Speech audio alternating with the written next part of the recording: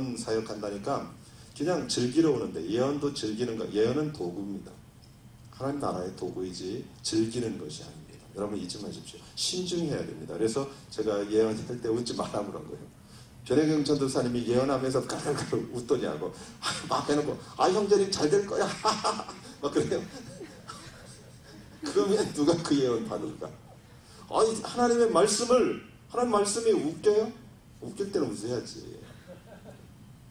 그렇지만 하나님 말씀은 지금 한 사람의 인생에 대해 심각하게 준 거잖아요. 그러니까 그걸 정말 하나님을 섬기듯이 말씀을 통해서 그를 섬겨야 됩니다. 그래서 예언은 즐기는 것이 아니라 사람들, 이 땅의 필요를 위해서 주신 귀한 거라는 것을 알아야 됩니다. 참된 예언과 거짓 예언을 알아내려면 뭐예요? 기준이 뭐예요? 한 사람이 예언을 합니다. 참된 예언과 거짓 예언을 알아. 예? 예, 말씀입니다. 말씀에 위배된 예언은 절대 하나님이 하지 않습니다. 제가 청년들에게 자주 얘기하는데요. 기도응답 제일 받기 쉬운 게 뭔지 아세요? 넌 크리스찬과 사귈 때입니다. 예쁜 여자 넌 크리스찬과 사귀면요 찾아와요. 그리고 목사님 저 자매하고 제가 결혼을 좀 그래서 믿지 않잖아. 제가 전도하는 마음으로 그래서 꼭 믿음의 가정을 만들고 하나님 뜻은 아닌 것 같은데 목사님 그래도 제가 양털을 한번 내놓고 싶습니다. 양털이 뭐예요? 기도원, 기도죠. 금식 3일 들어가요. 그러고 와요. 응답 받았어요. 100%입니다. 결혼하라는데 100% 응답이에요. 그거는 보면 하나님이 말씀을 바꾸는 분이에요. 이미 그 사람은 사단의 음성을 들을 준비를 하고 기도하는 사람입니다. 하나님은 말씀을 안 바꿔요. 그 100% 응답이에요. 이건 기도할 필요도 없는 거잖아요. 그래서 결혼하고선 그는 영적 전쟁이 시작이 됩니다. 그리고 힘들게 평생 한 아내를 구원하고 장렬하게 전사합니다.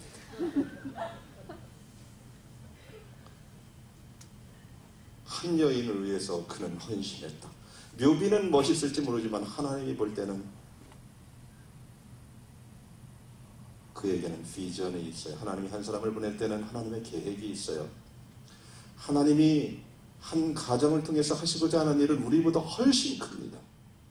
그 비전을 누가 못 잡게 하는 줄 아세요? 발목 잡는 게 믿지 않는 사람이에요. 처음에는 교회 다니는 것 같아요. 멤버들하고도 결혼하지 말라고 그러는 거예요. 실제 구원받은 사람하고 결혼해야 돼요.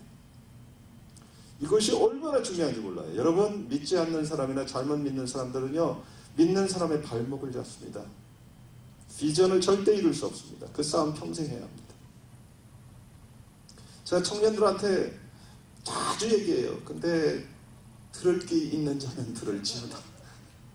안 들어. 그러고 꼭 금식하고 응답받고 문제죠. 사랑하는 여러분, 한 사람을 향한 하나님의 계획은 한 도시보다 클 수 있어요. 근데 그 계획대로 쓰임받는 사람이 소수라는 게 하나님은 안타까울 뿐입니다. 그래서 마지막 때는 그런 사람들을 수없이 일으키고 싶은 거예요. 그래서 온 땅을 빨리 회복하고 싶은 거예요. 하나님이 영광을 받으시는 거죠. 여러분 잊지 마십시오. 그것을 위해서 여러분들이 이 땅에 보내졌습니다. 태어났습니다. 그 삶을 살 때 정말 영광스러운 거예요. 제가 오늘 새벽에도 그랬잖아요. 가장 영광스러운 삶은 하나님께 순종하는 거예요. 그러면 성자의 삶의 열매를 살 수 있어요. 그죠? 예수님이 그랬어요. 친히 나무에 돌려 십자가에 죽으셨어요. 세상에서 그때 볼 때는 실패했지만 그분은 뭐예요? 그것을 통해서 세상의 죄를 해결해 주셨어요. 모든 병을 치료해 주셨어요. 그게 성자의 삶 아닙니까? 나무를 위해서 죽는 것. 근데 나무를 위해서 죽는 사람도 죽지만 하나님을 위해서 죽는 사람이 없다는 거예요. 하나님을 위해서 죽으면 뭐예요? 모든 것을 만족시켜요. 이게 가장 위대한 삶입니다. 그래서 예수님은 죽을 때 그랬어요. 다 이루었다. 아직 껄쩍지근하다. 두고 보자. 내가 다시 부활하면 가만두지 않을 거야. 내가 하나님의 아들인데 나한테 침 뱉었지. 하나님 억울합니다. 내가 내 때를 맞이한 것 같다. 이스라엘 왕으로 등극할 시기에 이게 뭡니까? 이렇게 하지 않았어요. 그분은 실제 인류의 모델이에요. 그죠? 그래서 두 번째 아담이라고 그러죠. 자기가 누구인지 알았다는 거예요. 내가 하늘로부터 보내심을 받고 하나님의 자녀고 어떻게 살아야 되는지를 알았어요. 그것이 한 나라를, 온 땅을 뒤집을 수 있는 파워가 있다는 걸 알았어요. 십자가가 실패한 게 아니라 뭐예요? 성경은, 역사는 뭐래요? 이것을 통해서 하나님이 한 사람을 통해서 온 땅을 구원하셨다는 거예요. 순종이 하나님의 능력을 취하게 만듭니다. 가장 위대한 삶을 살게 만들어요. 예언자는 순종하는 사람들이에요. 모든 크리스천은 세상의 것을 추구하는 게 아니라 실제 진리를 추구하면서 그분을 왕으로 섬기는 사람들이에요. 이것이 선지자예요.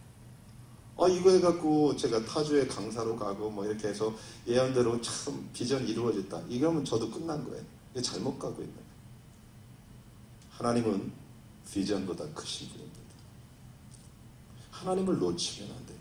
하나님을 놓치는 순간 제가 그랬어요. 종교가 됩니다. 그리고 우상이 됩니다. 내가 우상이 돼요. 예수 그리스도를, 그분을 계속 추구하는 겁니다.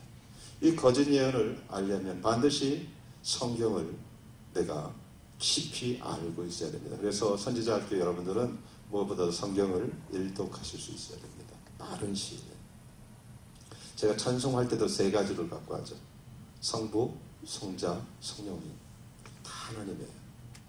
또 우리 찬송도 막연하게, 무엇이든 좀 구체적으로 하자고요. 그래서 뭐예요? 제가 이제 그것까지는 제자훈련이 안 들어가서 여러분들 우리 교회에 아직 제자훈련을 제가 해야 되는데 지금 시간이 없어서 일주일에 제자훈련에 들어가면 성경을 어떻게 읽을 것인가부터 쭉 가르쳐줍니다. 돈 내고도 못 배웁니다. 근데 거기에 보면 뭐예요? 성부, 성자, 성령님에 대한 지식이 별로 없어요. 막연해요. 그분에 대해서 제가 잠깐 맛보기로 어떻게 성경을 읽어야만 알려주냐면 창세기를 읽으시면 성부 하나님이 어떤 분이신가를 조금 알 수 있습니다. 지금 성경 전체를 읽어야 되는데 지금 바쁘니까 사복음서를 꼭 읽으시기 바랍니다. 그것은 하나님에 대한 증명사진입니다. 하나님은 이런 분이지, 그 예수님입니다. 성자 예수님. 그래서 사복음서를 읽으면서 우리는 하나님을 실제적으로 자세하게 볼 수 있습니다. 그리고 성령 하나님은 사도행전을 좀 보십시오. 사도행전을 보면 뭐예요? 하나님의 영, 성령 하나님의 실제적인 교회를 이끄는 역사를 보게 됩니다. 적어도 바쁘신 분은 이 세 가지를 빨리 읽으시고, 구체적으로 읽을 때는 뭐라 하고 있어요? 사도행전을 읽을 때는 성령만 나온 빨간 줄로 칠하고 있죠. 대부분 우리는 읽는 것을 인물 중심으로 성경을 읽는 것에 너무 익숙해 있어요. 그래서 뭐예요? 성경을 50%도 제대로 못 읽습니다. 아브라함도 그랬다더라. 뭐예요? 아브라함은 배우일 뿐이에요. 연출자가 있다는 말이에요. 연출자의 의도를 알을 때 메시지가 들어요.